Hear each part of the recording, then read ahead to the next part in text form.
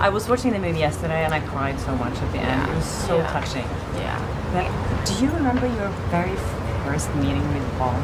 I remember we were at a table read, and I just remember this really like good-looking guy walking in. And what's so funny is that my first impression of him was so completely different from, it was so not a reflection of who he really was, you know, or what he really was like, because Paul was like, he just was, he had so many layers and he had so many interests and was so much more than just, you know, his beauty.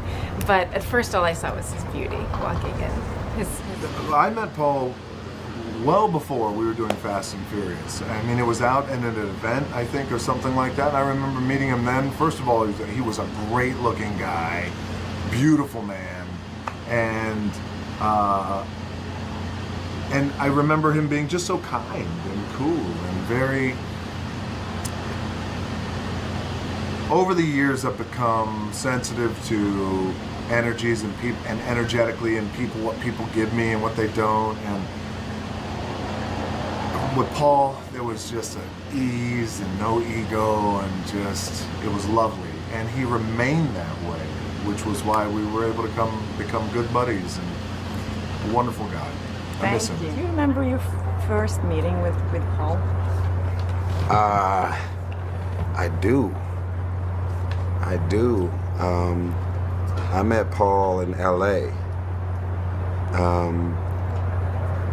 We actually had lunch when I stepped in, when I had the opportunity to step in for Too Fast, Too Furious.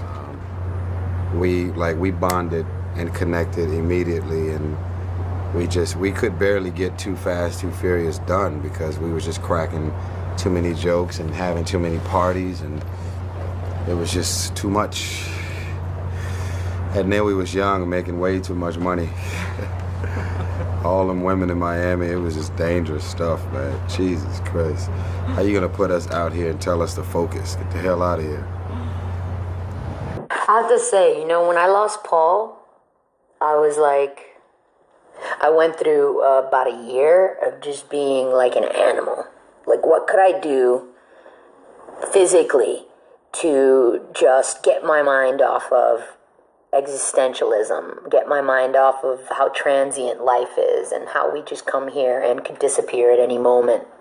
How could I get my mind off of that? So I was just summer, crazy, nuts, berserko. Like, I did everything I could possibly do to hide from myself. And I'll tell you that my ayahuasca trip made me sad that he left me here. It wasn't a sadness that he's gone. It was more like a jealousy that he's there first.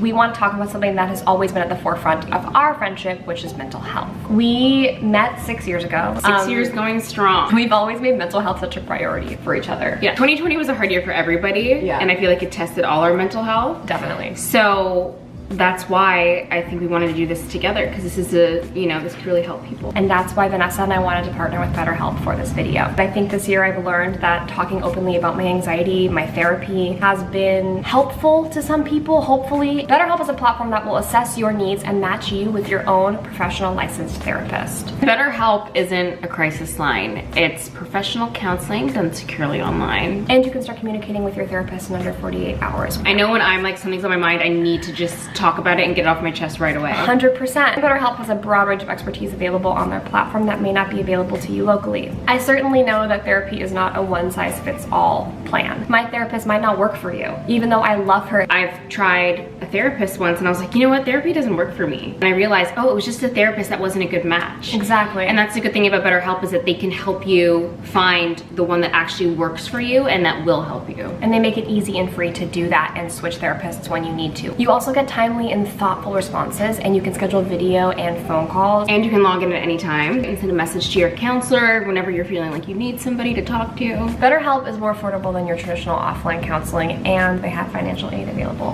Visit betterhelp.com/Madelaine. That's betterhelp.com/Madelaine, and join the over 1 million people taking charge of their mental health with the help of an experienced professional. And I have a special offer for my audience. We have 10% off available to you for your first month. So visit betterhelp.com/Madelaine and make your mental health a priority. Take care of yourself, it's important. What a dream to be here in LA with you. Yeah, man. Look at that backdrop, it's so beautiful. That's CGI right there. What are you talking about? That's not real. Such good effects. Yes. Another insane film. What is the thing you most look forward to when you wake up and you go, this is my work? I most look forward on this film for people seeing how we carried Paul Walker's legacy on in this movie.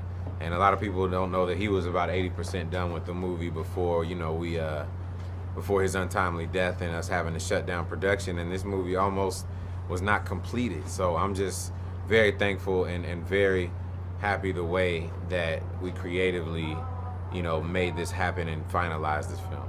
I think you did it really beautifully. I was in balls of tears when it ended, and I have to say, I urge everyone to see it for those reasons in particular. So there are some incredible fighting scenes, like uber. What are your 3 top tips to throw a really good punch? To throw a fake, practice. Make sure you get it right. The angle on camera is extremely important, and then always being the first guy to throw the punch. It always helps, as opposed to being reactive, getting hit, and then trying to hit back. Have you ever accidentally been hit? No, but I do remember Tyrese. If you haven't interviewed him yet, you have to ask him about gun butting somebody accidentally on Fast 5. He'll tell you about that. Our first day of shooting, hit somebody with the butt of a damn gun, and they were bleeding and everything. And all he said was, "Oh, damn, my bad." When I first met KJ Apa, he was a very special guy. And we had our first conversations about the first film. It was really amazing. We've been talking about cars. We've been talking about race cars. And we've been talking about our lives and ourselves. He was a real friend. And he was my best friend. My best friend. And he was my brother. And we honored him. And we respect him. There's no one like KJ Apa. And there's only one KJ Apa. He was a kind, caring person. He was a really, truly hero. And he's a God's angel. The movie is not over until 10 or 11. This is our gift, our curse. KJ Apa, we miss you. We're all family. I'm Paul Walker, and you're watching Cinemovie. Well, congratulations. Thank you. You're the star of the film. And how was it acting pretty much by yourself for majority of the film? It was good. It was good in the sense, too, that I knew that we were going to start on time.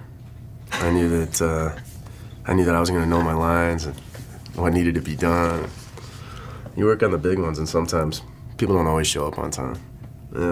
So you only have to worry about yourself. People don't always yourself. know what they're supposed to do that day. Yeah. And I can be responsible for myself and nothing more. I don't know. I like working. If I'm going to work, I want to work. I don't want to sit around. I sit around, I twiddle my thumbs, I got to wait to work. I start getting really irritated. At the end of the day, I want to feel like, hey, that was time well spent. And, it was a merit too. And I think a lot of it has to do with my upbringing. My father made me work a different trade every summer. It's just the way it was. He wanted me to learn it all. So my father was a contractor, and I got out there, and it was like, at the end of the day, you could look back and go, whoa, look what I did. Movies, you don't have that. You have what you feel you did. but you don't have anything tangible. It's like on this film, or now it's on this digital chip, and it gets sent off. There's nothing to show for it.